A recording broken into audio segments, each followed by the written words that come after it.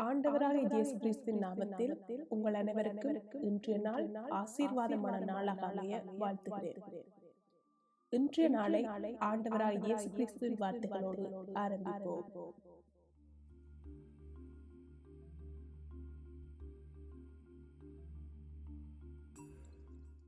இன்றைய நாளுக்கான தேவவசனம் ஏசாயா 35ஆம் அதிகாரம் 4ஆம் வசனம்.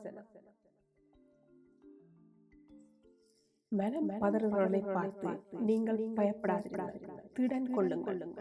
இதோ உங்கள் தேவன் நீதியை சரி கட்டவும் உங்கள் தேவன் பதிலளிக்கவும் வருவார். அவர் வந்து உங்களை காப்பாற்றுவார் என்று சொல்லுங்கள்.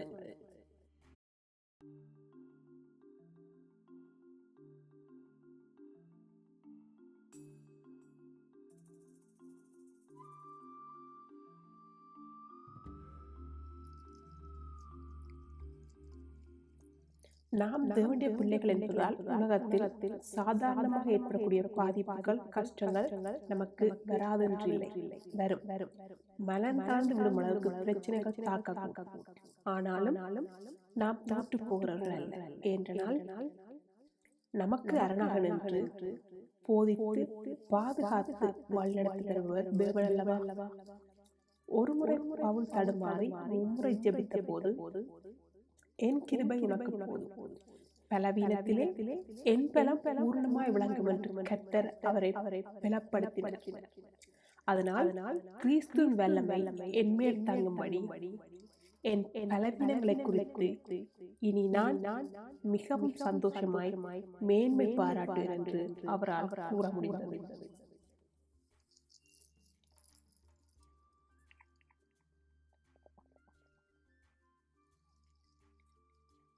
பல வேளை நெருக்கப்படும் போது நாம் தொய்ந்து போகிறோம். கவலை வேண்டாம். நாம் மறுபடியும் கழுகுகளைப் போல் எழுந்து பறக்க வேண்டியவர்கள். இவ்வுலகில் நமக்கு போராட்டம் இருந்தாலும் தேவனுடைய ஆலோசனையும் நமக்கு உண்டு. அவர் தரும் ஆனந்தம் நமக்கு உண்டு. உமது சமூகத்தில் பரிபூர்ண ஆனந்தமும் உமது வலது பார்சத்தில் நித்திய பேரின்பமும் உண்டு என்று கூறும் தாவீது தொடர்ந்தும் எனக்கு ஆலோசனை தந்த கர்த்தரை துதிப்பேன் என்று கர்த்தரை துதிக்கவும் மறக்கவில்லை.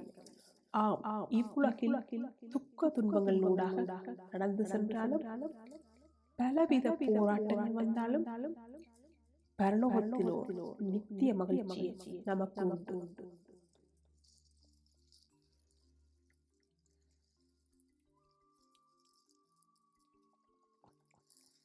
இதை உணர்ந்த தாவீது ராக்காலங்களிலும் என் உள்ளத்திரியங்கள் என்னை உணர்த்தும் என்று கூறுகின்றார். துயர போராட்டத்தின் மத்தியிலும் தேவன் நம்முடன் இருக்கிறார். அவருடைய ஆலோசனைகள் அடங்கிய வார்த்தைகளை நாம் தியானித்து இரவும் பகலும் நினைவு கூறும் போது அவை நமது உள்ளந்திரியங்களை உணர்த்த, நமக்கு எதிராக என்னதான் எழுப்பினாலும் நாம் மனம் தளர வேண்டியதில்லை. ஏனெனில் நாம் நம்புகிறவர் இன்னார் என்பதை அறிந்திருக்கிறோம். ஆகவே சூழ்நிலைகளை கண்டு மனம் தளராமல் தேவன் மீது நம்பிக்கை வைத்து என்ன எதிர்ப்பு வந்தாலும் தேவனுடைய துணையுடன் தேவ பணியை தொடர.